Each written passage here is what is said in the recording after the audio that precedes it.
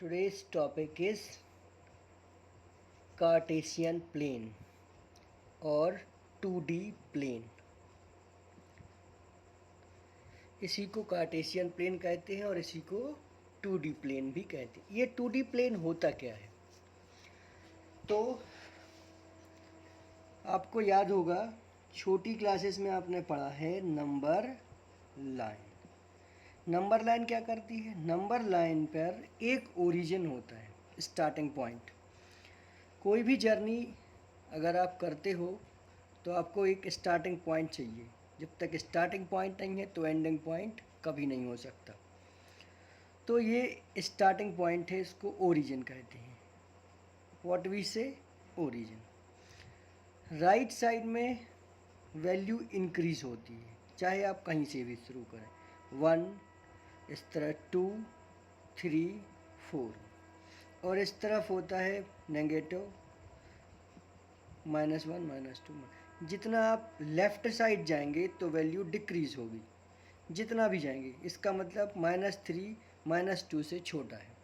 और जितना आप राइट साइड जाएंगे तो वैल्यू इंक्रीज़ होगी। लेकिन जैसे मैं कह रहा हूँ कि राइट साइड जाएंगे और लेफ़्ट साइड जाएंगे, हमारे पास ओरिजिन से केवल 2 डायरेक्शन है, या तो हम राइट में जाएंगे या फिर हम लेफ़्ट में जाएंगे।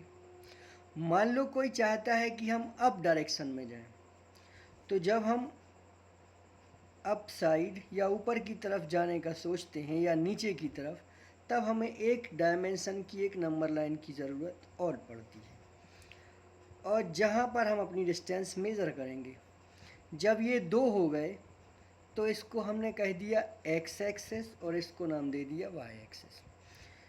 ऊपर की साइड पॉजिटिव नंबर रहते हैं और नीचे की साइड इक्वल डिस्टेंस पर नेगेटिव नंबर रहते हैं।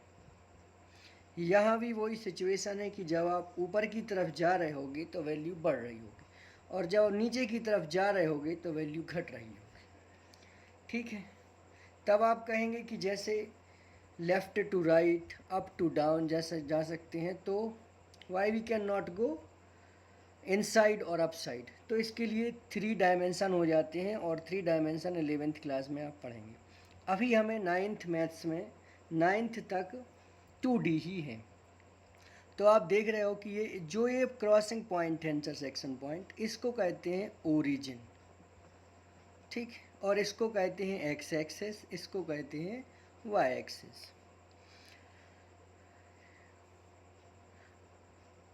सो this was the introduction of 2D plane.